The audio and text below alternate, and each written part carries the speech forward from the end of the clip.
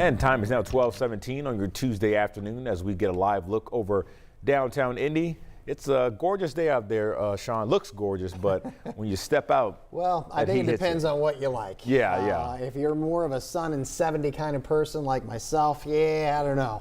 But if you like it muggy, you like sun, scattered clouds, this is going to be right up your wheelhouse. Yeah. There. So let's get right to it. What you're going to feel, I will tell you, is increased dew points, at least right now. These will drop a little bit, but for the time being, they are classified as muggy. Once we hit that 65-degree range, it certainly is that, and it's going to be hovering around that. 60 degrees is our comfort line that we use. Once we hit 70-degree dew points, that's just flat out miserable. We're not there right now, but it's also uncomfortable. There's a slight rain chance during the daylight hours, but also a large part of us will not have a drop of rain today, but we'll 10-20% chance there.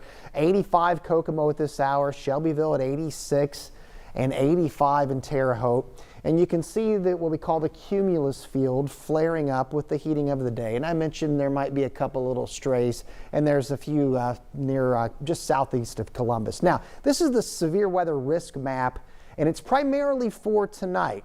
Okay, what's going to happen here is there's going to be violent thunderstorms, and they're already starting to emerge here, but much worse weather on the way, unfortunately, for parts of Iowa, Missouri, Illinois, and Wisconsin. Some fast-moving supercells that come into a line of storms, and there could be a swath of destructive wind to the west of us. These will be weakening when they arrive, and the remnants arrive after midnight, by the way, but still possibly strong enough to produce some localized severe wind gusts overnight tonight and very early tomorrow morning. So we'll have those pre-dawn storms, and then we'll wait and watch and see where the boundary sets up as we go into Wednesday afternoon here. So it's conceivable, however, that that boundary could be far enough south that a good chunk of northern Indiana and maybe even parts of the metro don't get in on the storm action later in the day. So what I'm trying to tell you, there's a much higher odds south of I-70 of seeing thunderstorms, and some of those could be severe. Now, that boundary is expected to go south of us during the day on Thursday. It will then buckle back to the north of us, or at least north, as we go into Friday.